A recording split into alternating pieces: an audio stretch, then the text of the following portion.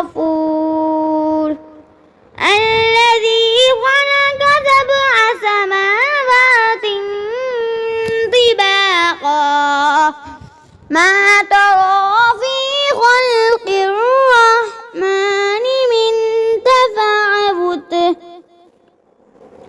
فارجع البصر هل ترى من فطور ثم ارجع البصر كرتين ينقلب إليك البصر خاسئا وهو حسير ولقد زينا السماء الدنيا بمصابيها وجعلناها رجوما للشياطين وأعتدنا لهم عذاب السعير وللذين كفروا بربهم عذاب جهنم وبئس المصير إذا ألقوا فيها سمعوا لها شهيقا وهي تفور تكاد تميز من الغيظ كلما ألقي فيها فوج سألهم خزنتها ألم يأتيكم نذير قالوا بلى قد جاءنا نذير فكذبنا فقلنا ما نزل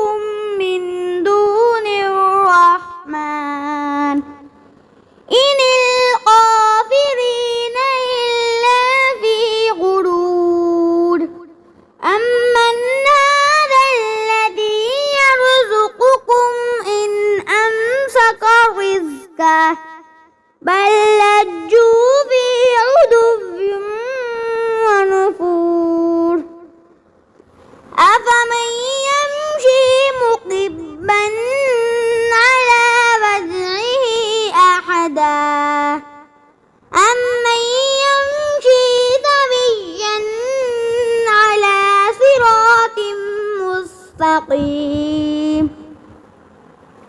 قل هو الذي أنشأكم وجعل لكم السمع والأبصار والأفئدة قليلا ما تشكرون قل هو الذي ذرأكم في الأرض وإليه تحشرون ويقولون متى هذا الوعد إن كنتم صادقين قل إنما العلم عند الله إنما أنا نذير مبين فلما رأوه زلفة سيئت وجوه الذين كفروا وقيل هذا الوعد إن كنتم به تدعون